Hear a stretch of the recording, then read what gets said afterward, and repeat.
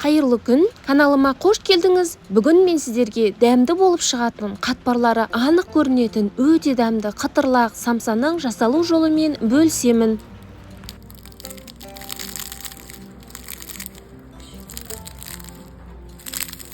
Самса қатпарының анық көрінуін, түрлі құпияларын білу үшін видеоны соңына дейін өткізіп алмай көріңіз.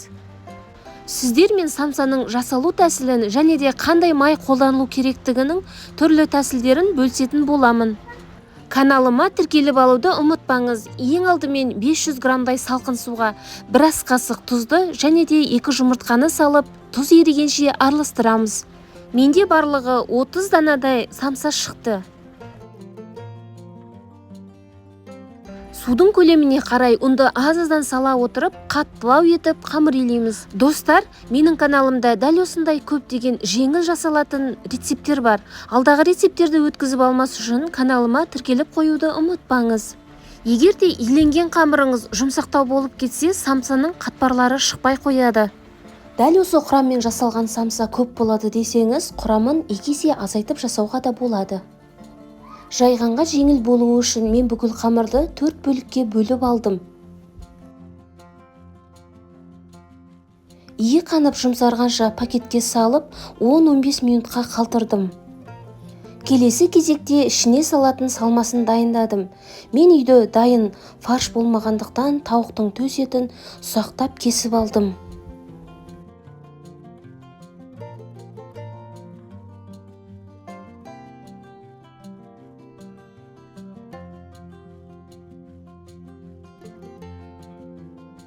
Етінің барлығы дайын болғаннан кейін келесі кезекте пиязды да ұсақтау етіп кесеміз.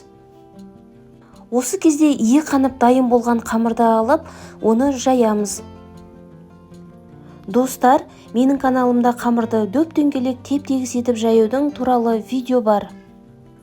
Қамырдың ортасы жұқарып, шеті қалың болмас үшін қолдың күшін ортасына түсірмей шетінен баса отырып жайып аламыз. Сол кезде қамырымыз біркелкі теп-тегіс болып шығады.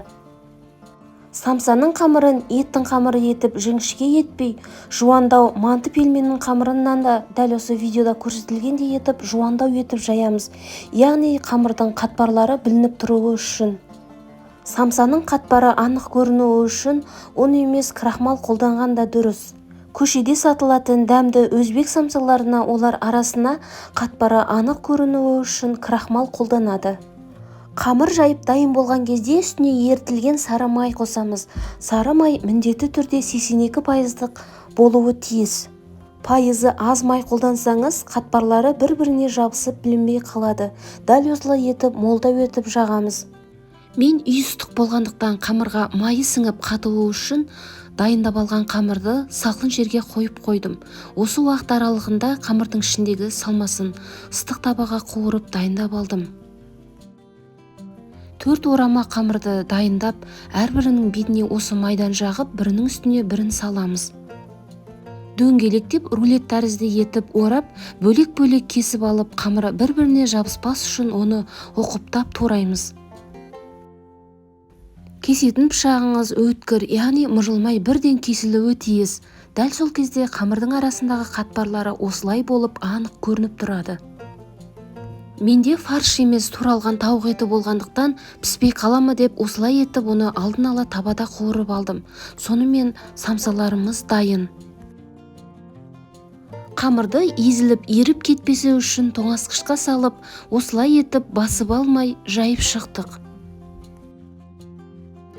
Тоңазытқыштан шыққан қамырлар осылай болып ерімей өте әдемі жайылды. Дайын болған қамырларға салманы салып, самсаның формасына келтіріп жасап аламыз.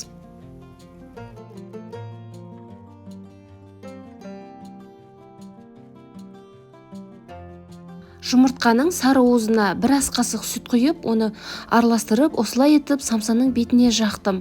Алдын ала қызып тұрған пеште 180 градуста беті қызарғанша пісіріп аламыз.